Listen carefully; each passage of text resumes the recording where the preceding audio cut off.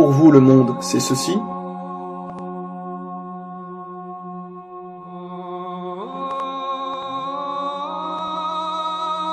ou bien cela.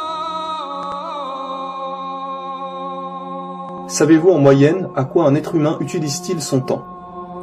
Il passe environ 7 à 8 heures à dormir, environ le même temps à travailler, 1 heure de voiture, 2 heures pour les occupations diverses, nettoyage de la maison, faire les courses, préparer à manger, aller chez le médecin, se laver, etc. Les Français passent de 2 à 3 heures devant la télé chaque jour, source directe de Médiamétrie sur l'étude basée en 2012. Environ 2 heures pour les autres divertissements, faire du sport, ordinateur, cinéma, restaurant, etc. Et en moyenne 1 heure à 1h30 à manger. Oui, les gens mangent de plus en plus rapidement. Savez-vous combien de temps reste-t-il alors pour se tourner vers la religion, pour prier, etc. Eh bien rien du tout. Il ne vous reste plus du tout de temps. Pourquoi? Parce que des banalités inutiles ont capturé votre esprit et vous poussent à passer votre temps à faire des choses qui ne servent à rien. Rendez-vous compte que vous passez parfois des heures devant la télévision. Vous n'avez pas de film intéressant à regarder, vous zappez les chaînes comme ça, juste par pur hasard. Ou bien que vous traîniez pendant des heures sur Facebook, YouTube, Twitter, etc. Rendez-vous vraiment compte que cela ne sert vraiment à rien? Et vous recommencez tous les jours. Vous avez complètement délaissé l'au-delà pour ces occupations futiles, qui en plus ne procurent en réalité aucune vraie satisfaction. Ne vous rendez-vous pas compte que cela n'apporte rien? Ne vous dites-vous pas le soir en allant vous coucher que vous avez perdu votre temps? Que vous n'avez rien fait vraiment de votre journée?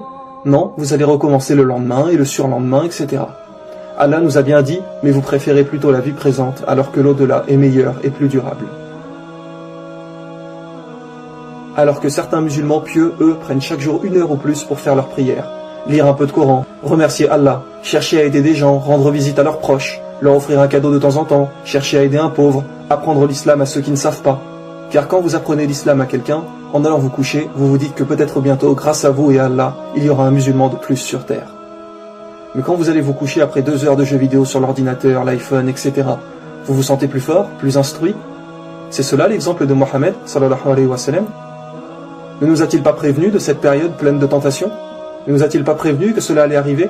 Que pratiquer votre religion deviendrait aussi difficile que de tenir une braise dans sa main? Que ce qui lui faisait le plus peur pour sa communauté seraient les femmes? Toutes ces femmes qui sortent en petite tenue et qui nous tentent. Car nous savons très bien que pour une femme, un homme est prêt à tout, et même à abandonner sa religion. Alors, notre prophète, sallallahu alayhi wa sallam, ne nous a-t-il pas tout dit pour que nous soyons sur nos gardes, et qu'il n'y ait pas de surprise? Et vous, vous doutez parfois de Dieu, à cause de tous ces blablas qui nous sont constamment racontés à la télé? Ne nous a-t-il pas dit que viendrait une époque où de grands mensonges seraient racontés? Mes frères et sœurs, réveillez-vous. Vous entendez les rappels, mais vous n'en tirez pas les leçons.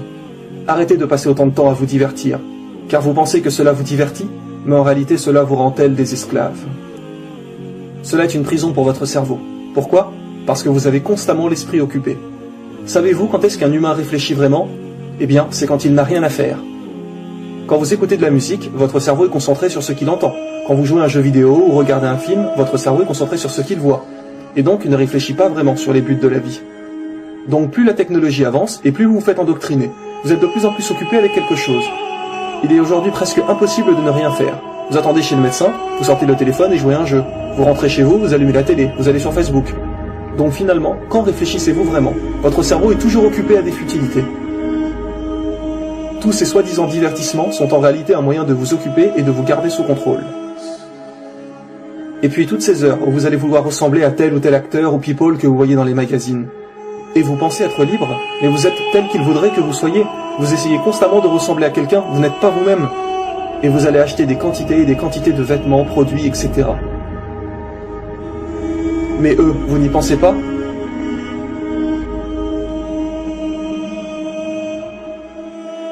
Mais non, vous perdez votre temps à cela.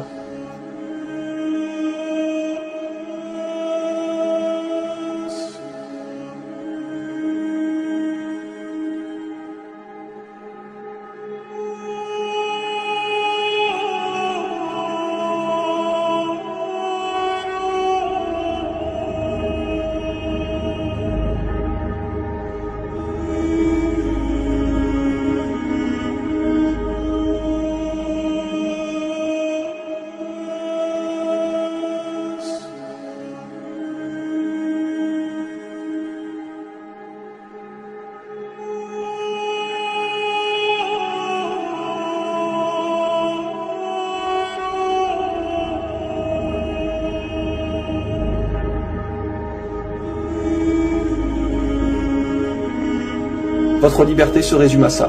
Devenir un produit tout à fait banal de la société, 100% retouché. Ouvrez un peu les yeux. Vous habillant de la sorte, vous n'êtes rien de plus que des esclaves qui font partie de cette chaîne d'humains qui a toujours la même vie. N'avez-vous pas l'impression d'avoir toujours le même train-train quotidien? Je me lève, je travaille, mange, regarde la télé et je dors. Et le lendemain, je recommence. Tout ça pour me payer 15 jours de vacances l'été et puis c'est reparti chaque année. Ne ressentez-vous pas que votre vie se résume toujours à ça sans réel but? Parce que vous oubliez Dieu à cause de toutes vos occupations. Parce que vous oubliez Dieu à cause de toutes vos occupations. Parce que vous oubliez Dieu à cause de toutes vos occupations. Et après, vous vous demandez pourquoi c'est si difficile de faire ne serait-ce qu'une petite prière? Mais votre vie est tellement un concentré de bêtises et d'occupations que dès que vous voulez faire quelque chose d'important comme la prière, votre cerveau décroche et cela lui semble impossible car il n'est pas habitué à cela. Vous êtes plus ou moins comme des robots programmés à faire toujours pareil. Changez vos habitudes.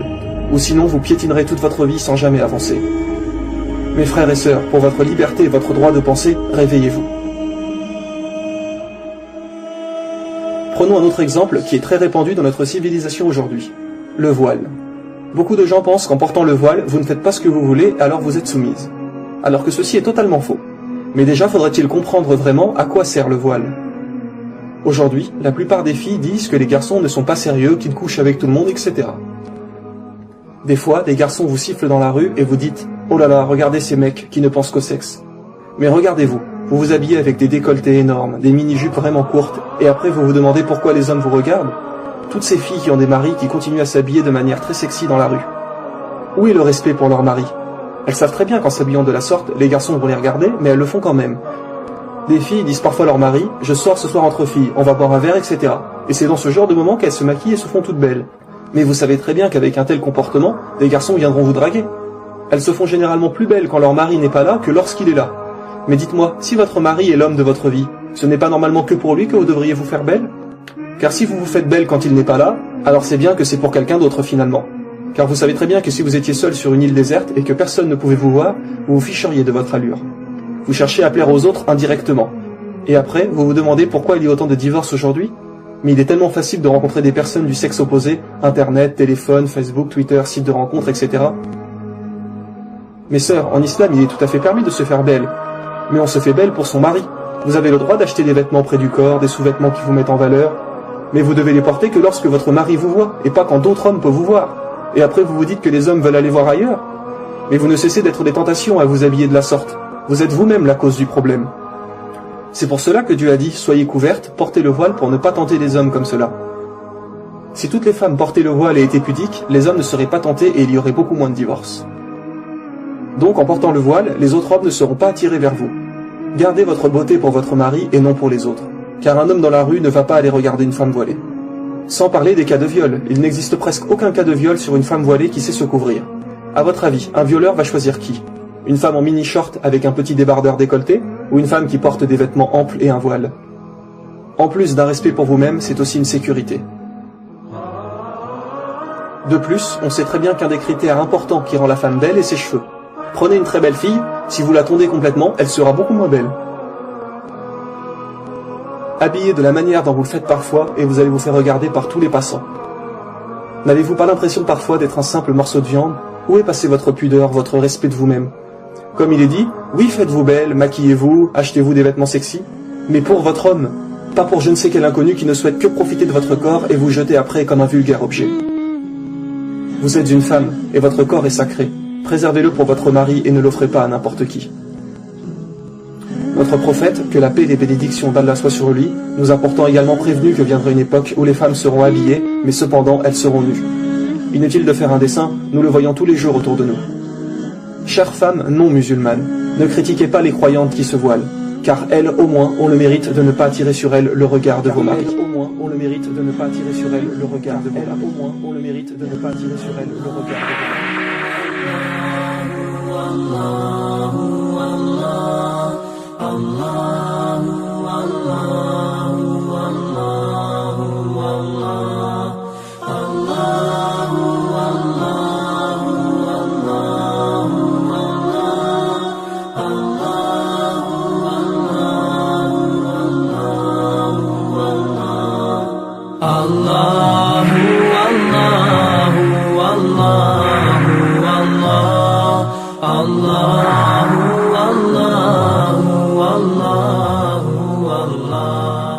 Certaines femmes aimeraient porter le voile et n'osent pas à cause du regard des autres. Donc en réalité, où est la liberté?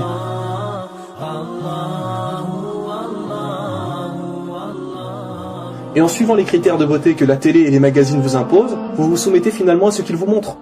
Ils sortent une mode et vous suivez sans vous dire que vous n'êtes rien de plus que des marionnettes. Votre liberté à vous, c'est cela?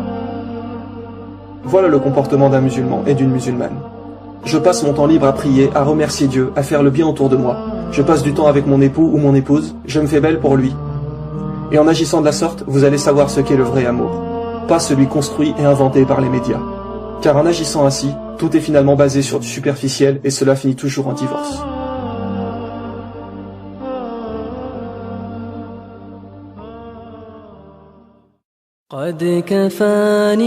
Allah nous a créés libres, puis avec le temps vous avez oublié ce qu'est la vraie liberté.